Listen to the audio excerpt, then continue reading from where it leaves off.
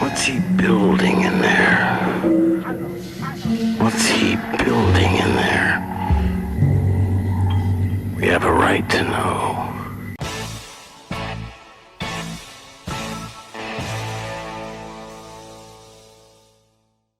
Welcome, everyone, to this week's episode of Reframing the Narrative, and we are super thrilled to once again have Ernest Hancock with us, and really enjoyed our first episode, and this is an extension of that episode. Ernie, great to have you back. Pleasure. I enjoyed allowing you to listen to me last time. Maybe you want me to download, I downloaded you, so now we can have a conversation. Yeah, absolutely. And so there's a lot that you kind of brought forward in that last conversation, and you gave us background about how you got activated. And one thing that I was really thinking about over the past week leading up to this conversation was, someone like you who's been in the game for so long, you've seen a lot of things, you've raised a lot of awareness in your activism, but do you feel like you've ever really stopped going down rabbit holes? What sort of insights have you gained recently, especially since we had that conversation with James in 2021? I think that's just a broader concept for us to explore, not just in this conversation, but for others. What's the limit of trying to learn and understand, and then what do you do with that information? I deal a lot with younger people. It's been, when you're into activism and so on, it's really in the 90s and so on, it was generally male, it was generally young, or it was older activists from like the 70s when the libertarian movement started going. You got the old guard kind of thing. And I was always the kid, throughout the late 80s or 90s and so on. You're a kid until you're 40, so get over that. It's if I was to, which I do with my children, grandchildren, and a lot of other people, try to express how you stay on the right path, the right trajectory. A lot of people have it; it's a cultural thing or a spiritual, religious thing. The Bible that tells me how to do it. There's a lot of different texts and cultures and so on that can keep you on the straight and narrow, but you get distracted. And when I first started, it was commerce. It was trade, international trade. My father's company. I was just trying to help him understand what was going on. I was trying to understand what was going on, and eventually I asked how the hell did they get away with all this crap? What is it? And for me, it was election law. You may choose from communist candidate A or fascist candidate B. It was the way it was done. And then, of course, you get election fraud and all. You could see that the will of the people, the general public opinion, was not translated into politics. They made sure of that. So a lot of people, they want to join a club. They want to be part of a collective. They want to be of like mind. They want birds of a feather flock kind of thing. And it's a lot easier to navigate life if you can do it through a principle that somehow you can identify yourself and people know. Well, I'm a libertarian.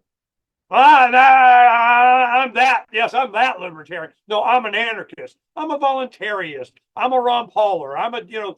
So you always have libertarians argue over how many libertarians you can fit on the head of a pen for decades. I mean, that's just how it works. And it's like being Christian. You can't be Christian enough. You can't be libertarian or anarchist enough. And so a lot of these things, I'm just, what is the solution? So to any young person, I'd be, okay, what is the goal? What do you say you want to do here? I mean, so it's been my advice to a lot of the young activists and so on. You get stuck on these rabbit holes, and mine was elections. But I could understand that was just a manifestation of something else that was going on. So what do?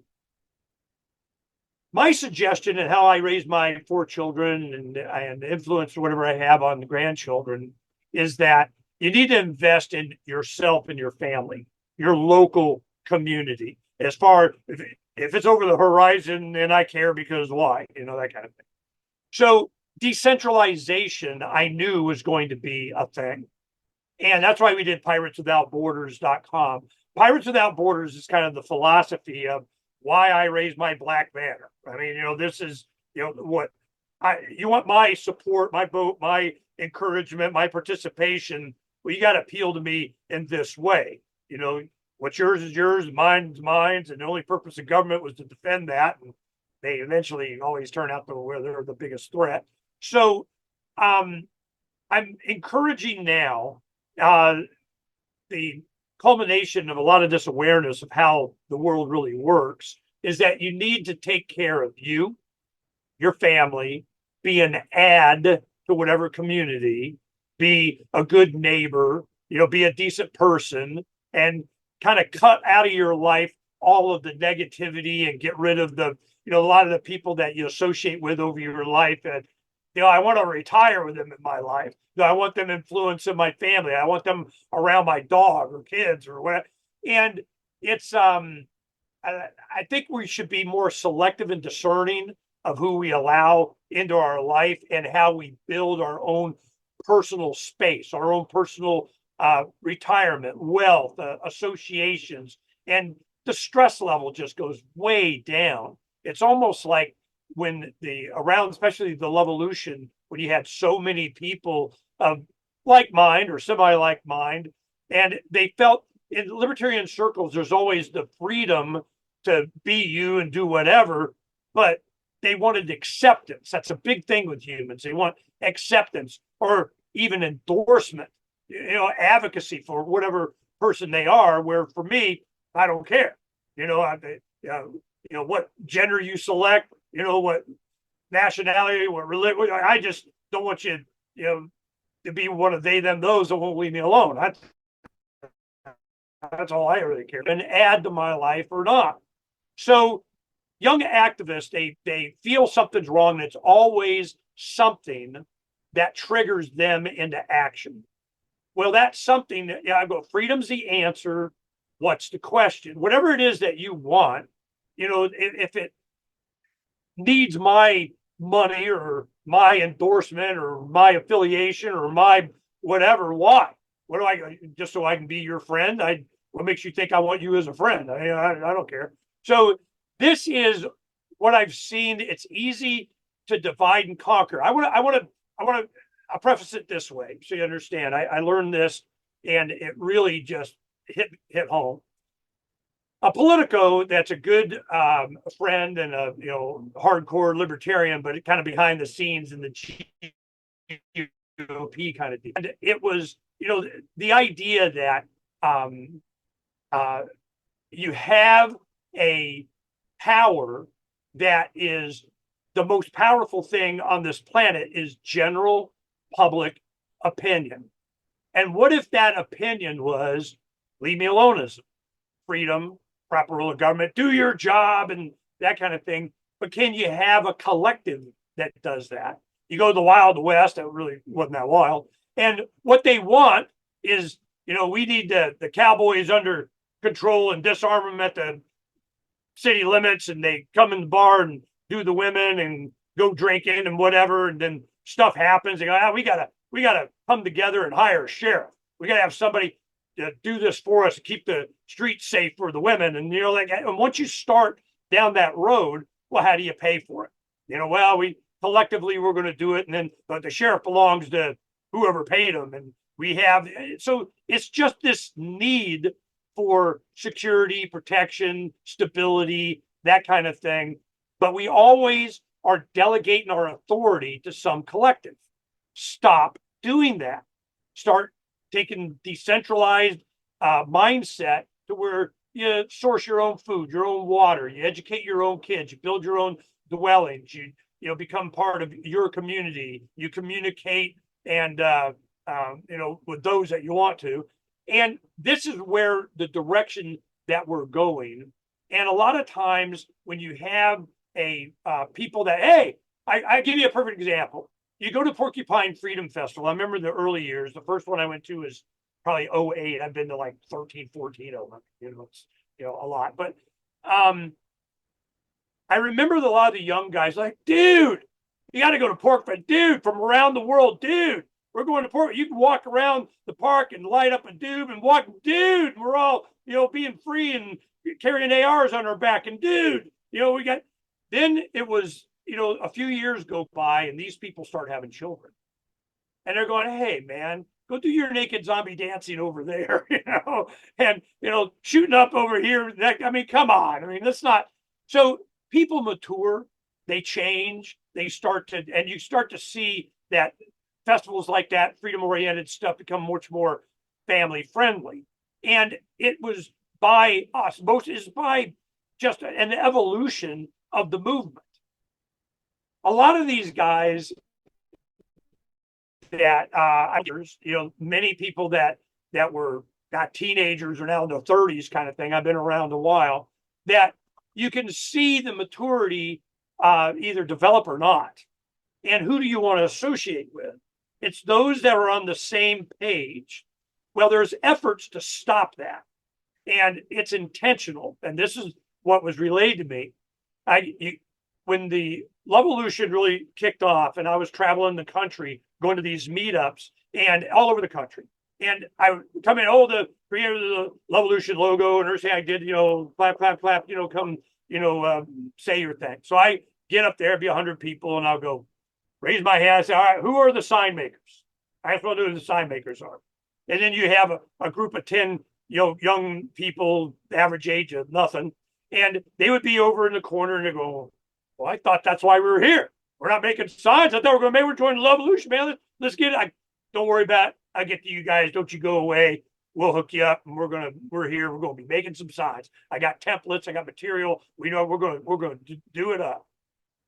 The rest of the crowd were traditional, more Republicans. They were older, they were more mature, and they were in a totally different brainwashed mindset. And the first thing would be, you got a permit for that? Are you going to get a permit from the man to give a finger to the man? How are you going to do that?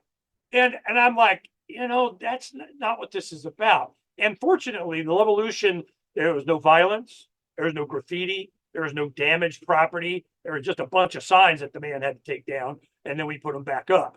So it's just, that was the way it was. So I could see from that. And at the same, soon after that, we bought a new home, had a couple of acres, and I took out, like a little third of an acre, and I rototilled it and everything, and I got tobacco plants. I was going to grow some tobacco plants just to get one Freedom's Phoenix cigar. This is my Freedom cigar. I'm auctioning it off just to, because I could. It was amazing to me how many of the Levolutionaries get, well, Ernie, is that legal? And I'm going, well, I don't know, and I'm not looking. Seriously, it's just, they put us in this mindset, and it's a psyop that's been built over generations.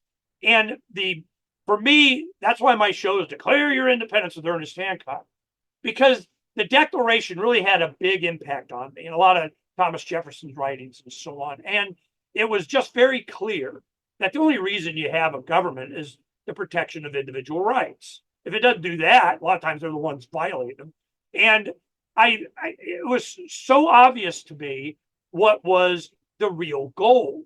And a lot of people think, well, to get in charge and we get the brass ring and the shiny badge and we're going to, we're going to be in charge and tell everybody, yeah, we're going to leave you alone. And I go, well, you just do that, So it's my advice to the young activists.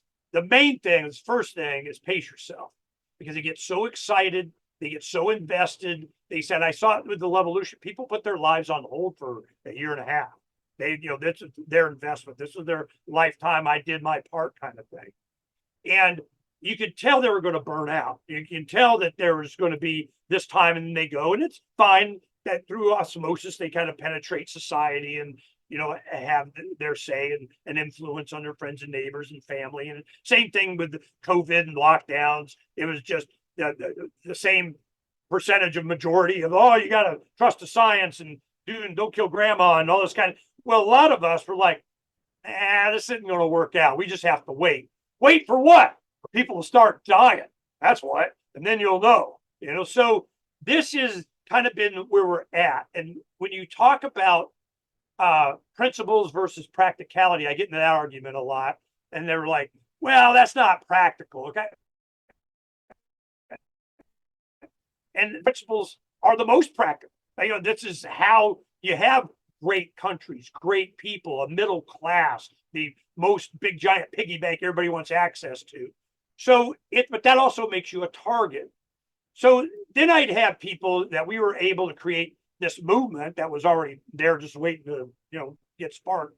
And Ernie, we want to do what you did. We're going to this. I got this building. I got this. We're going to have, and then I get my own little army. I go, it's not going to work. Because they were looking for activists to serve their interests, for them to run for office, for them to do whatever in their community, for them to publish a newspaper, for them. And I'm going, you have to be of service to all these other people that want to do stuff. Are you willing to do that? Are you willing to let them be stupid? Are you willing to let them put whatever they want on their signs? Are you willing to have a facility, a workshop that, helps facilitate them doing what they want? Because, man, they're excited about what they want to do, which is make signs. I mean, that was, a thing. So it's definitely a principled thing.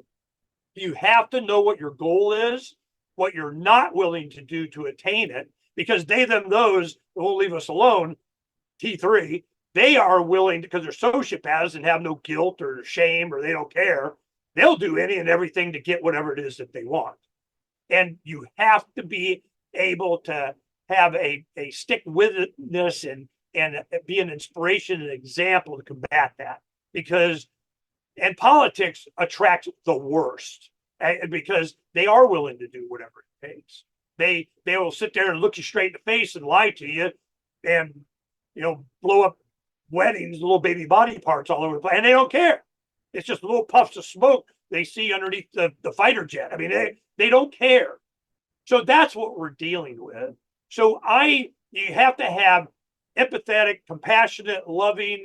They love themselves. They love their family. They love their spouses. They love their community. And they are willing to sacrifice, to whatever. And it's not even really a sacrifice. It's not really. Libertarians aren't altruistic.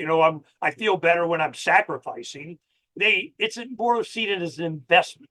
I invest in my community. I invest in helping my neighbor. I invest, and when you need it, that is your social security, is having a community around you.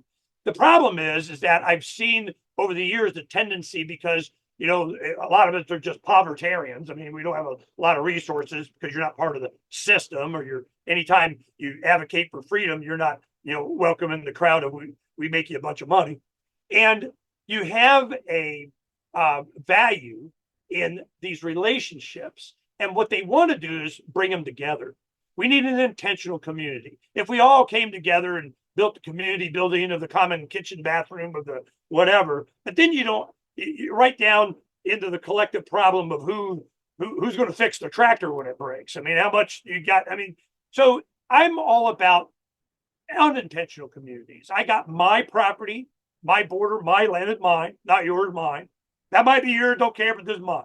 So when you have people come in a geographic area, which is why we do the mesh networks and communication, all that kind of stuff, is so that we can selectively go to the barn raise if we want to, the barn dance if we want to. We can help if we want to. Somebody shows a need, hey, I got that. I'll barter and trade and dig your hole. I need some fence posts. I mean, so that is the direction that we've decided to go. Because I know there's so many good people out there, but they have not been educated or even been exposed to in our culture of movies or comic books, or it's always some, the United Federation of Planets or something. I mean, we're going to, we want you to join our club and sign our HOA agreement. And we need to be principled, as what we're advocating for is for us to be able to be our property, and that our children are ours to raise, our bodies are ours to medicate. And when you do that, how many of those people are going to want to support you? I don't know. Don't really care, because, I mean, I got enough friends. I mean, how many friends do you need? And that was one thing. There was a number that I can't remember. They call it Dunbar number or something like that. And the point is that once you get over about 120 people, and we've seen this when we do our freedom summits and so on, that you get about 80, 100, people, you start to get really good synergy and a lot of involved, but they not so many people that you can't talk to all the speakers. You can't have, little groups at breakouts and having fun, and you find, your tribe amongst those people and so on. But once you get over about 220, then it starts to fracture. And I wondered why that was. And it was presented to me, doing a show. They go, well, the reason is how many relationships can you nurture? Now with online stuff, you kind of create a little bit more, we become friends and so on. But you need to have a number small enough that you can interface and invest time, resources, help, assistance, advice, information, or whatever, that the people. Once you get over that, you start to have problems or facts, try to overwhelm stuff and so on. So a lot of this stuff is baked in the cake of human nature. It's just, and once you realize that over time, it's a lot easier for you to organize your life in such a way that, well, my dog doesn't like this family or this guy. My kids don't. My wife, there's only been a couple of times in my married life that we've been married 40 years. And that my wife, I don't like that guy. Hey, we're cool. We have, but my wife doesn't like it. So you're not allowed to come over. I mean, it's that simple in a nice way. But so this has been my experience. And the biggest thing is burnout. You have to pace yourself. You have to pick a principle, understand it, stick with it, and then accumulate associations and relationships that are based on that. Because if you don't, they're always going to go bad. And it's a lot of, like, I've been an employer in the restaurant business for a long time. Gone through thousands of young people over the decades. And I always hired for character. They showed up on time. They're reliable. They took a bath. They, wore their uniform. They weren't butt heads. They didn't distract from the other work. And my employees were like, well, that guy ain't going to make it. We're not going to have to worry about him. So my people stayed a long time. Good people like working with good people. If you get toxic people in there, relationship, you got to get rid of them because they'll just bring everything. And then the workers that you have get paid more. They were worth more. They were more productive. So I'm kind of old school and just real basic fundamental stuff like that. So it's when you get down, you talk about rabbit holes, it always comes to the same thing. No matter if it's education, if it's business, it's taxes, it's tariffs, it's corruption, it's pedophiles in Congress, it's whatever it is that flips your switch that you go down, you're going to find if you're looking, and over time, you get so invested in that, your show is around that, you have all your documents, your way you live your life, the posts that you make, it's always, there you go again, bringing class into it. I mean, that kind of deal. Well, I understand that if you are just clear about what it is that you're advocating, you will find your tribe. People will be supportive of you and your nuances and your little flaws because they identify with whatever your history. And then you build a relationship for a community. And doesn't have to be online. We're looking to we had our first party out here, a supporter that lives about 30 miles away, has kind of a homestead. She wanted us to meet her friends, and we meet ours. So we brought in a bunch of, our activists, the Revolutionaries, the Freedom's Phoenix crowd, so on here in Phoenix. And we go, all right, we'll meet you guys, you meet us, here we go. And it turned into a 2-day party. And it was awesome that we were very different and diverse, but we had the same goal, leave me aloneism. But we want to be part of a community. And a lot of it centered around food. The big thing, realization, this is going to be a food thing. So something basic like that, I don't have to, agree with all your positions on politics and don't care. Do you got healthy food? Where am I? It's going to be a food thing, bow, bow, bow. I'm telling you, So that's kind of my worldview, is that rule one, don't be a dick. That pretty much covers everything. And it's been very successful for any one of my friends I associate with. I am proud to call them friend. I introduce them to my family, other people that need help. There is so much that this community brought out, and the numbers, that the millions that got involved or supported or voted for the right way or something like that, and then those that don't vote. I haven't voted since 2002. And when the revolution started, I'm not out there. You're still voting? That was not it. Our goal was, how long can we keep Ron Paul at that podium? And then we got to do it 2 cycles. I'm like, in your face. And they go, well, you didn't win. Win what? Wait, what the computer vote totals said? I don't give a crap about that. That was not our goal.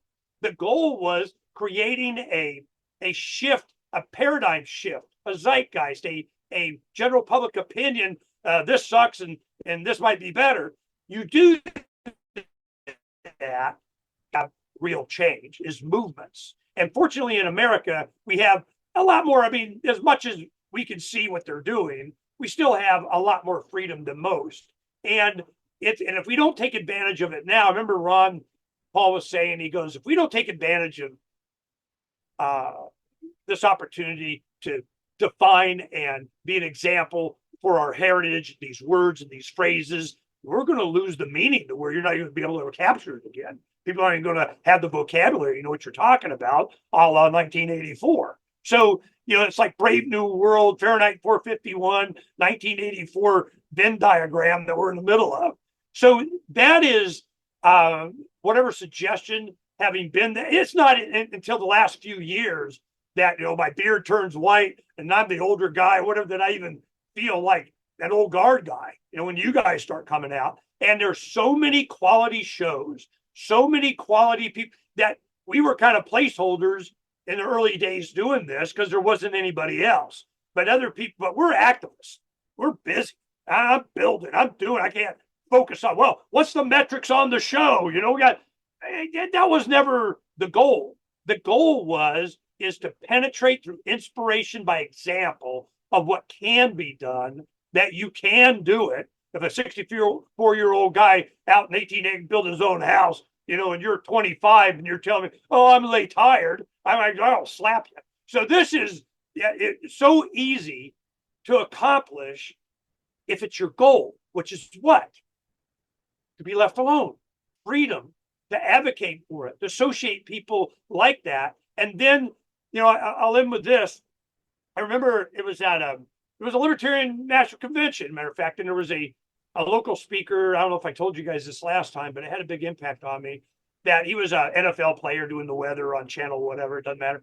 And he got up and he made this point. He goes, if you're doing something, you'll get help. And he gave an example. If you're looking in front of a Walmart and there's like a 85-year-old woman standing by a big screen TV box, well, okay, maybe her son's coming to help her and she's guarding the TV or something. And but if she's moving it, one side and it goes over the other side a little bit, kind of working out in the parking lot, she's going to make it, maybe, But if they're actually doing something, well, you're much more inclined to help. If the guy's on the side of the road pushing his car, kind of doing, okay, I'll stop and help. And it's just been a pay it forward attitude that I think a lot of real freedom oriented people have. And if you're doing it and you have a good goal and you're making even progress just for yourself, you're going to get help, and you're going to find resources, and you're going to find common ground with a lot of people. And that is what America really generated. We were generous. We were, supportive of somebody getting their first Rolls Royce. You go, wow, cool. How'd you get that? Peace out, power to the people, as opposed to this, that 1%er needs to be keyed or something. It's just, America was different because we were free. We were prosperous because we were free. Our aspirations and possibilities were there, and enthusiasm for the future because we were free. to the degree that we thought we were.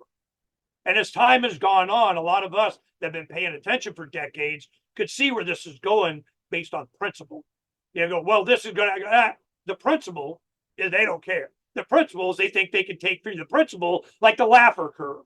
Art Laffer, I remember hearing him in presentation at a thing we were supporting. And he was going on about if you collect zero taxes, you get zero revenue for the government. If you collect 100% in taxes, you get zero revenue for the government. So there's kind of this middle area to where, you have a little bit of low taxes on everything, and then you maximize the revenue for the government. Now I win. That's how you do it. And my question was, and why I dissociated from this group, was because they're a bunch of politicos and so on that made their money off of USAID or whatever. And I'm like, why is your goal to maximize revenue for the government and not maximize freedom for the people? And he looked without hesitation. He looks at me and he goes, so we can spend it. He might as well have added dummy, so we can spend it, dummy, So I was like, whoa, we are so far off that the stated goal for them is to maximize government revenue so that they could spend it. And then you wonder how we get in so much debt. So for the young people coming up, don't burn yourself out. Take care of yourself first. Keep your job. Save resources and find what it is that you really want. Because to have people work to retire, they build up their pension, their 401k, Social Security, and it's gone by the time that you retire. Well, that didn't help you any. But what do they do first? The first thing they do is they go out in the woods and build a cabin on the lake. And I go, well, do that at 25. What the hell are you waiting on? That's when you do it, so that you have a freedom-oriented life. And that's what it was with, you had the farmers and the ranchers and the people that worked the land. They would have some land. Their kids would, lop off, their North 40 or 4 acres or whatever, build a home and start a family. This, and somehow we got distracted from that. Somehow that wasn't a goal. Somehow being a homemaker wasn't an important enough job, and you got to, get in the workforce and have a nanny raising your baby. This was intentional. It was eating out the substance of the people and harass us and tax us.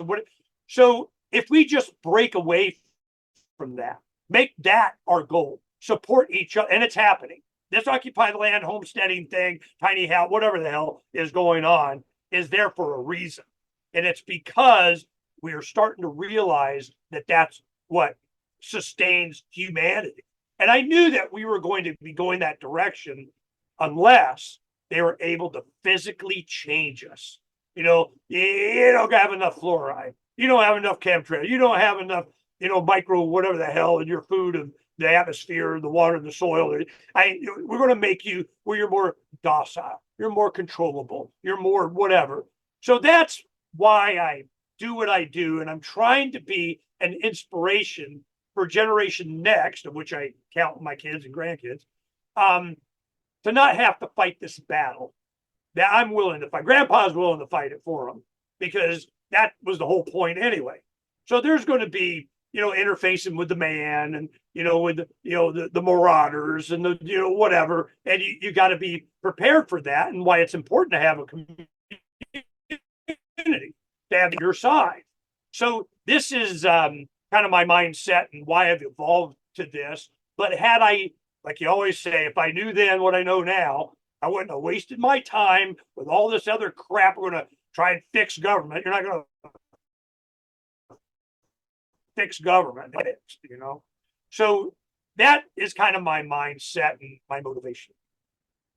Well, there's so much there to talk about, but one of the things that Jake and I talked about recently, he met a very interesting gentleman who is a mutual friend of ours recently on a walk, and I think this young gentleman exemplifies what you were just talking about. Just get out there and do it, and not just wait until you're older and everything's perfect. And Jake, you haven't had a word in edgewise, so I'm going to let you take this part of the conversation, and I'll circle back with some other thoughts on everything Ernie just said. But I think this would be a nice segue to the friend you made recently, and I think Ernie will remember once you describe that a little bit more. Donna, drink. Yeah, well, thanks, PJ.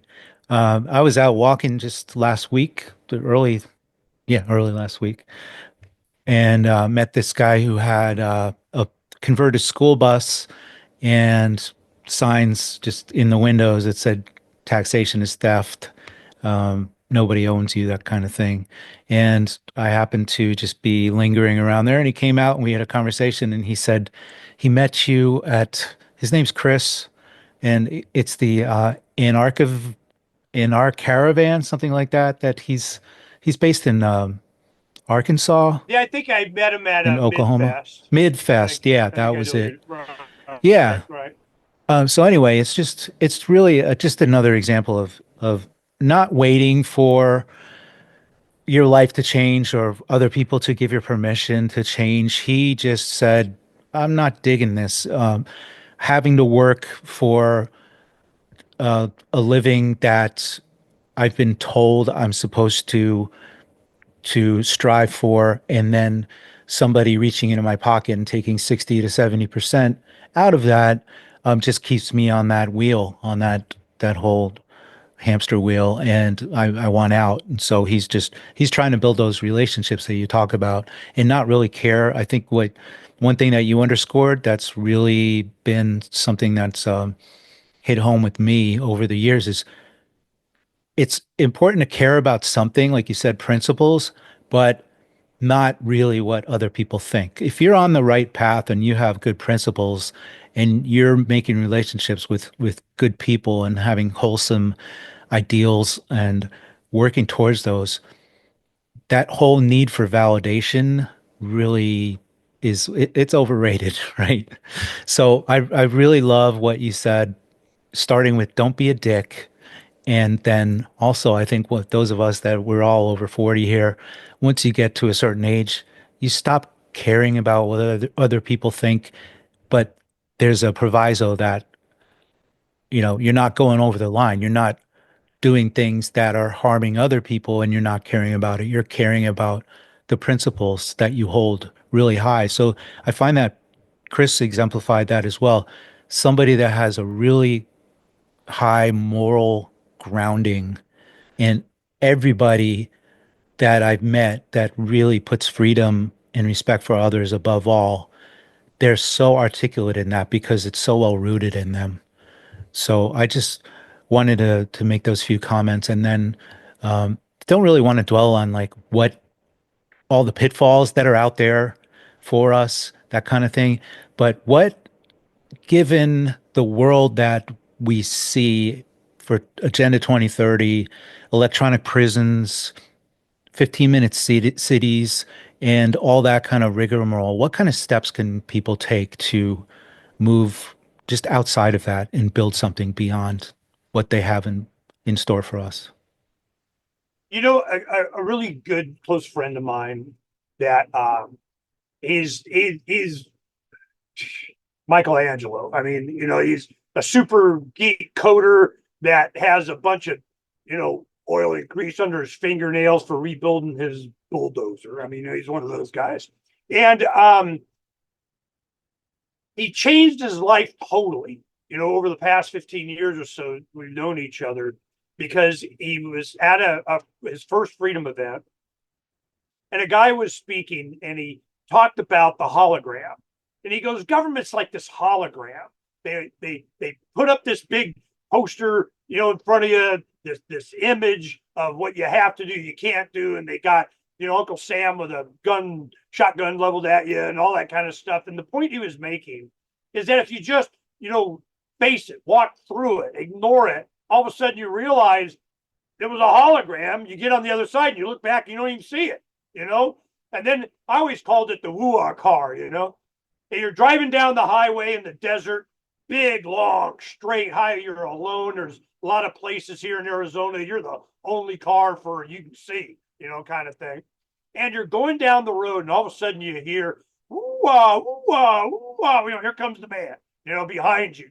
And all you have to do is be even a little bit faster, a little bit more agile, a little bit quicker in living your life to where they just kind of fade behind you over the horizon and you forget they were even there.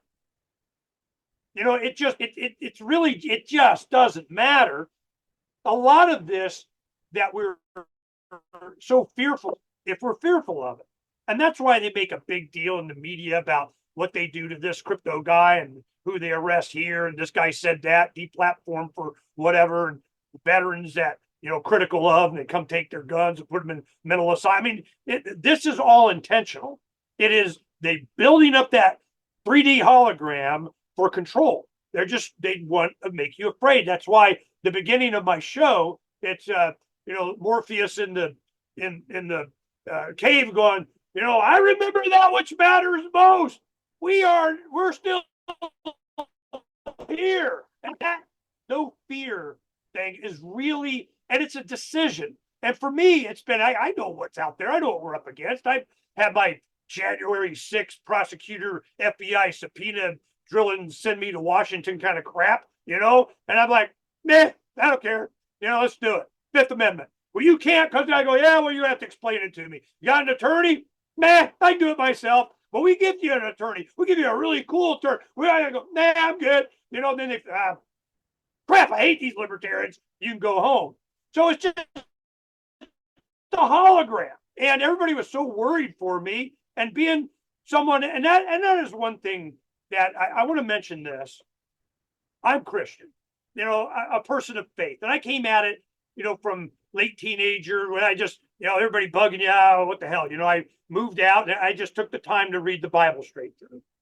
So, I mean, there's a lot of, there's a lot of things, but what I got from it is I could feel that there was a connection that we all have, that we're an antenna to a greater, the force of whatever. And when I accepted Christ, it was like the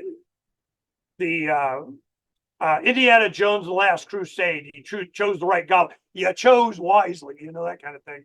And that feeling of surrender of the stuff you can't control and you shouldn't, and you just be a good, doing the right thing and against evil. That was the decision. That was the change in my life. That you don't sweat the cheap shit. I mean, it doesn't matter. So for me, it was a lot of things happened in my life, and Donna and I, we weathered this stuff very well because, in the end, a few years later, it was the best thing ever happened, that kind of thing. So you just got to trust in the path that you're on, that you're not doing harm, that you are being an add to your community. To the degree that you do that, you'll be happy. And that's been my goal. This life, liberty, and pursuit of happiness, which definitely includes my property. Just saying, dude. So I look at this as the happiness quotient of my personal life. Fortunately, knock on wood, we haven't had any tragedy. My grandchildren are doing well, and really, I'm like, oh, this thing burned. This thing broke. I got to get a new one of those. Shit, I'm good. I don't care. So if you're not true to yourself, or if you're not happy in your own skin, if you're not satisfied with your own actions and the principles that you live by, you can't escape that. I don't want to feel like I'm always having to escape you're filled with regret. Regret sucks. As you get older, you regret. And only regrets I got, something I did stupid or said reminds me of something I did in high school or something like that. I go, imagine a whole life full of that. That would suck, So you get now, it's just so much more pleasant to be able to be of use to your fellow man, yourself, and not be a burden. So that's kind of the life that I hope to emphasize and to advocate for, because I think it's the best one, but you got to make decisions And they go, evil, what's that? Everybody gets all triggered. And I'm going, and they say, we know during the revolution, we had decided we know the truth. Truth, what truth? Who's the truth? I go, I tell you one thing, it's not lies. How about that? What's the truth? What's your truth? I go, it's not lies. You just don't lie. Well, then you're kind of left with truth. So it's been my experience that the happiest people are those that live a simple life, not in the form of a simple, not complicated. They're in tech or big businesses or complicated. It's that their principles for their own personal is very simple. Do no harm. Don't break people's stuff. Don't steal their crap. Don't fraud. Don't use force. Don't, and once you do that, your life is better. And I can see through the education system, raising kids. We yanked my 4 kids out when the oldest was in 3rd grade. I said, we're done. I already know where this goes. I'm not an idiot. So we did that, and we did homeschool, and then we did private school. And then our grandkids, a lot of them were being raised the same way. So it's the little decisions, the anarchist decisions, the non-coercive force decisions that you make every day. You wake up and you get to decide the path of your life, where you go, what you do, what you buy, what you don't, what you support, what you advocate, what you frown upon. These are all individual decisions, and everybody wants to be, I don't know, sanctioned, approved, or somebody else thinks that they're good and pay me for doing it, kind of thing. That was intentional, and you could see it through government policies. You see it through the education. Any system, every system has been to screw with us. And if we just take responsibility ourselves instead of working to advocate for our decision making to be delegated to something or somebody else. Anytime you do that, you're losing a bit of yourself. And then advocate for that. Oh, we all need to whatever. That was one thing I saw about the revolution. It was people advocating for what they wanted. And it was freedom. It was so simple. It was so pure. It was such good people. And it was a threat. Now, they, them, those, man, they didn't know what the hell to do. But they did it. It's a form of censorship, canceling, deplatforming, free speech attacks. You did the wrong meme, so the UK is going to come to New Jersey and arrest you. I mean, I'm like, wow, man, they're swinging for the fences. So of all of my activism, it started in the late 80s with me just asking a question. And I go all Sam Kinison on them. I want them to say it, some bitch, say it. I just want you to say it because I want to know what we're in. Doing that, and you learn and share with other people, then came the internet. And I knew, it's over for them now. They're not going to be able to compete with this. And I don't think they're able to. I think they're doing everything they can to try and stretch it out. One more election cycle, one more round of bond sales, one more, we rule you, one more war, one more something. And I think they're losing grip. And this is when they're the most dangerous. So I just want to be isolated more from that, get out of the cities, be more self-sufficient, and ride this through because we're towards the end of the fourth turning. There's a 80-year cycles, like 4 20-year cycles that you go through, and then revolution, and then you get liberty and prosperity, and then apathy, and it goes all over again. It's just the way it works. So that's what I'm advocating for, is the technology that is available to us in communication, in power generation. Hell, I can, even in the desert here, I got enough solar panels, I can condense water out of the freaking air. I mean, seriously. So this has been, you're starting to find out that you don't even really have to eat that much or want to eat that much when you grow your own nutrition dense food on your own freaking land. Oh my God, how about that? So this has been what I'm advocating for, is you're not going to fix a system of collectivism. Even if you put an L on it or a V or whatever, it's not going to work. You have to be more and more self-sustaining, and what made this country great in the beginning, the agrarian lifestyle, or certainly that you're able to be more self-sustaining. So, and then quality food and quality air and quality water, we're starting to find out that, they've been poisoned. I said it was intentional. That's kind of my mindset on this. Yeah, no, and I couldn't agree with you more on so many points there, but I think that one that is really important, at least from my perspective, and it was sort of what I was alluding to a little bit earlier on, talking about, when does that path towards truth really end, and what's the goal of truth? And obviously you've really outlined what the activism side of it is, and how that, how you can withdraw from the system and live independently. But I think a more important point that you touched on is really, from my perspective, the end of truth is understanding that there is a God, that there is a creator, and that what you do in this life really does matter. And that is part of, I think, just one aspect of the activism that you spoke of, and not being a dick to your neighbor, and doing the right thing as much as you can.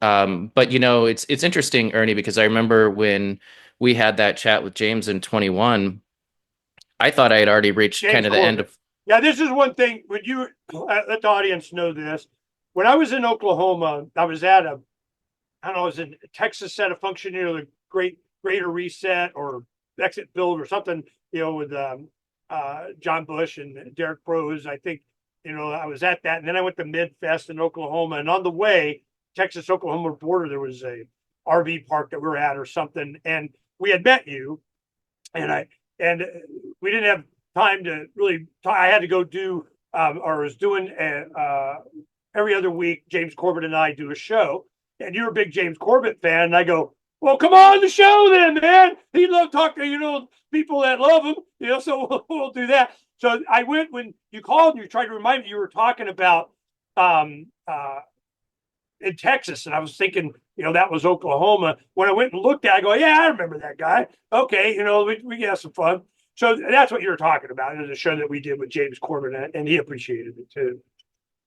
Yeah, no, that was amazing. But where I was going with this conversation is, at that point, all of that combined, being at the Greater Reset, talking to you, being on the podcast, it just, at that time, I was like, oh man, maybe I should start my own podcast. And, fast forward 4 or 5 years later, we're finally doing it. That's, an aside. But that being said, I thought at that time I'd sort of figured out all the rabbit holes and put it all together. And of course I hadn't. And there's always new things to learn about. But there were a couple mic drop moments for me since that time that really crystallized that we really are in a created system, and that, again, back to the theme that you talked about, that, there are truths and there is the ultimate truth. And I think that's really important, because I see a lot of differences of opinion in, the quote unquote truth or freedom community.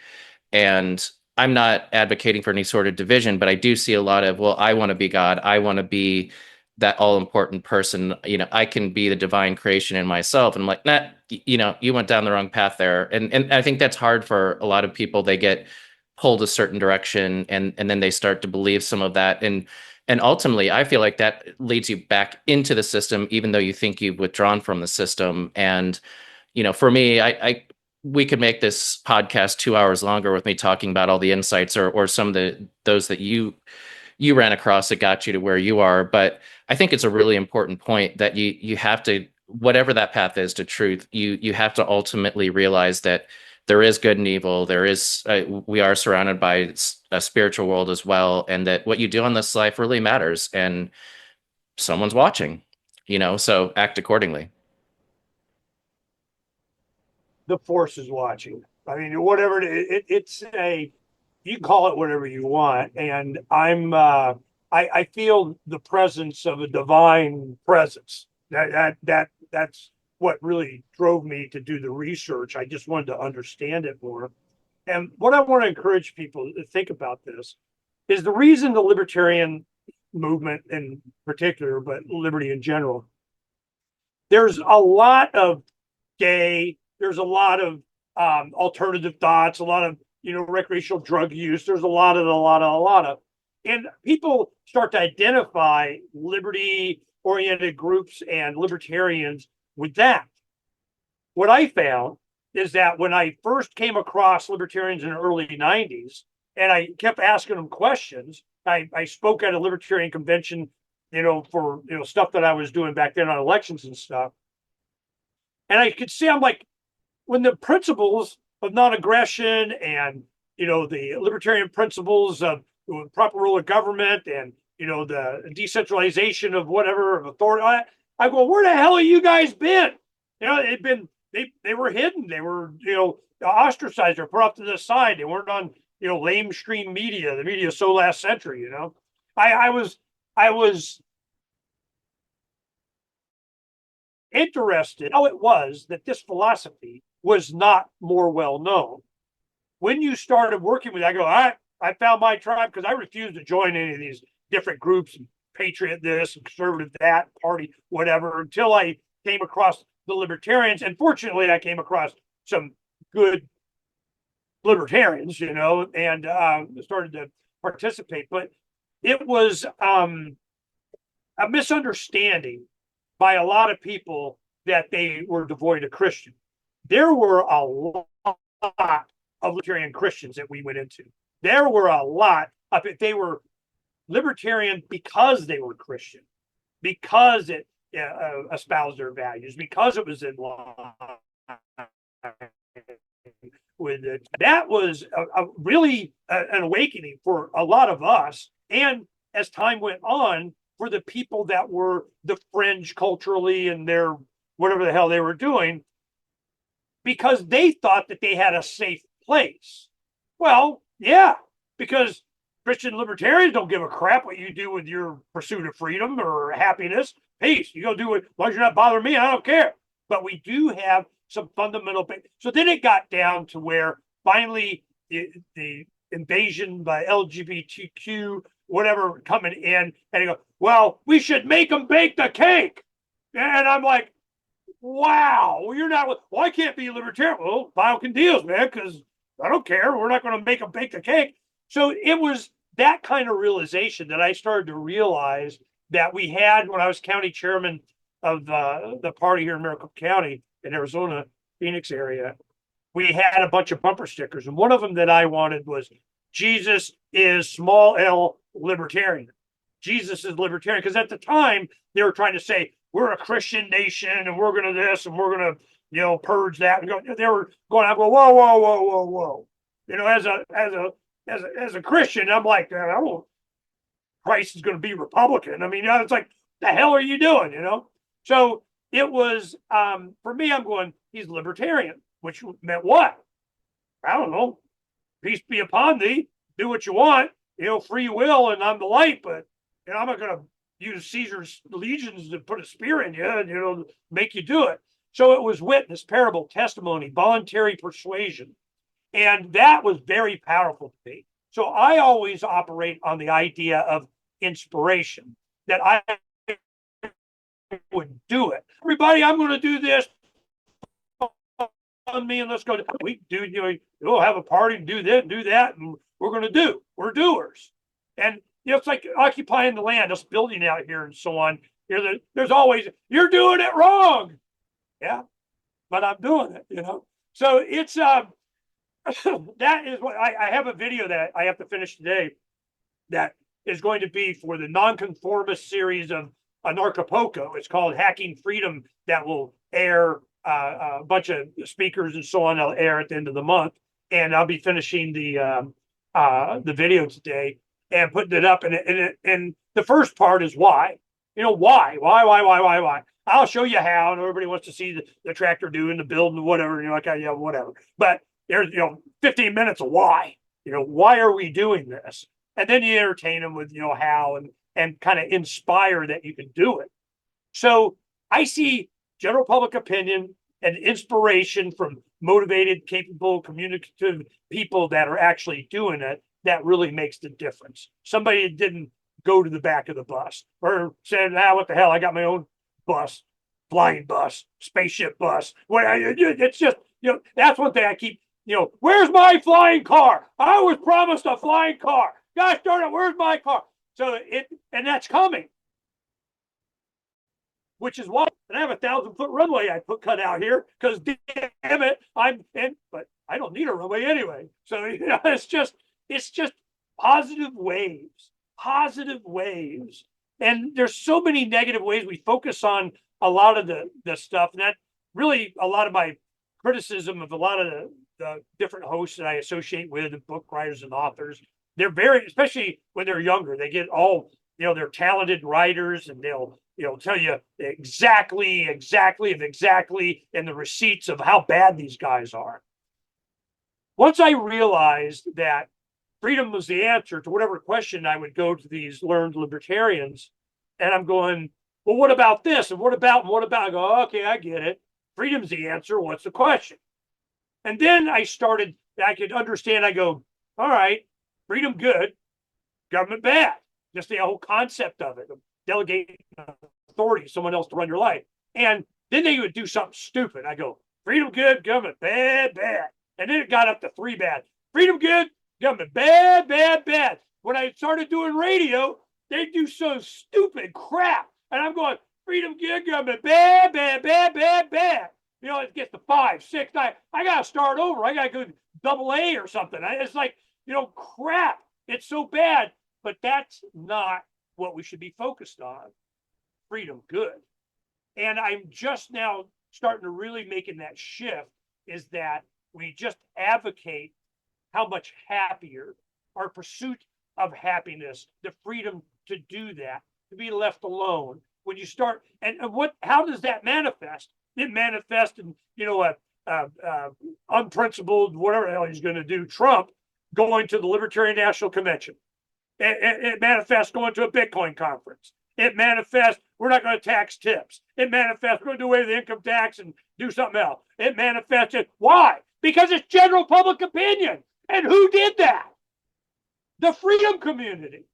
It's just logic and reason that after a while you start going, yeah, what they said. And I saw it on the campaign trail. When you get up and you're in these forums running for Congress, U.S. Senate, Secretary of State, legislature, all these, which I've done plenty of times, I get up and the crowd, they're all clapping. Yeah, what he did. You think your opposition didn't notice that? Now, of course, they're not going to do it, but they're going to advocate for it. The next election cycle, 2 years later, they come up and they go, oh, yeah, the freedom thing. Yeah. General public opinion shifted. They could see this. They were acting in what they perceived to be their own self-interest from the demands of the constituency. Do I care? Is it a voting thing, how they vote? No, it's by osmosis. Don't be a dick. Go, move to a small community and support the local Little League team.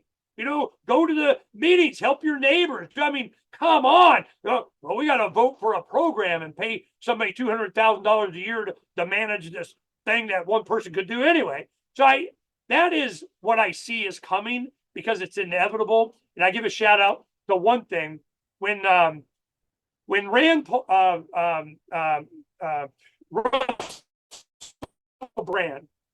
came out with his book Revolution, and it had kind of the Revolution logo in there, and everybody freaked. They go, Ernie, he's using your equipment. I don't care. We defined it. It said whatever.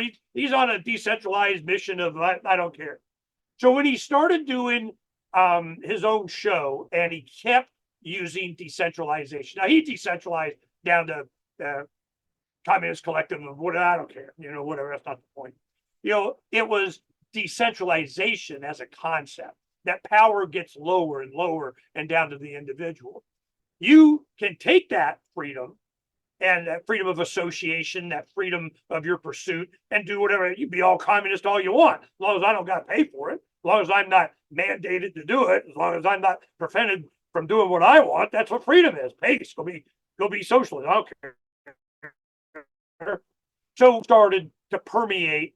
I felt that it was finally time for me to focus on this inspiration, to take that concept and just be left alone on your own property. And then we're fighting, about how much permission slip I need. That's a whole nother battle. But this is why I was feeling that I didn't have to keep my finger on the button all the time that Ernie was doing. There were so many people like you, PJ, and you, DJ, that I'm going, oh, thank God, I was waiting on you to take over. Holy shit, how long did I have to do this? I've got 30-something years. I mean, get with the program, man. I mean, come on. So this is now in an environment that's totally different than when we were blazing trails in the late 80s. So I'm very happy with the trajectory that we're going on. Now, of course, government had got smaller and they're going to be more abusive. And how many wars can they create? And the four horsemen are mounting up, and here they come. You know, but there is a possibility and a more likelihood that humanity will march on, and that we're going to have a future of abundance. The energy is going to be very cheap and plentiful. It's going to be diversified and decentralized. We're going to have food that's better. We have medicine that's better because we're becoming our own doctors. We're going, that ivermectin thing works, and an apple a day or something. I mean, so it is changing dramatically. And all that we can do is, I'm the second, third guy. There's always someone that's doing something. I made a point of the show of promoting people doing the kinds of things that I want to see more of. I throw my $5 a month here, $5 a month there, and hit them and promote them on the site. And I take ads on banner ads on the site. I just put up who I want to support. Give me a banner ad, I'll put it up. I did, because I'm wanting to have more of what I support. And it's so rich out there. There's so many opportunities. There's so many little cottage industries. We're going to be fine. We just need to get the mess just out of our lives, but out of our head.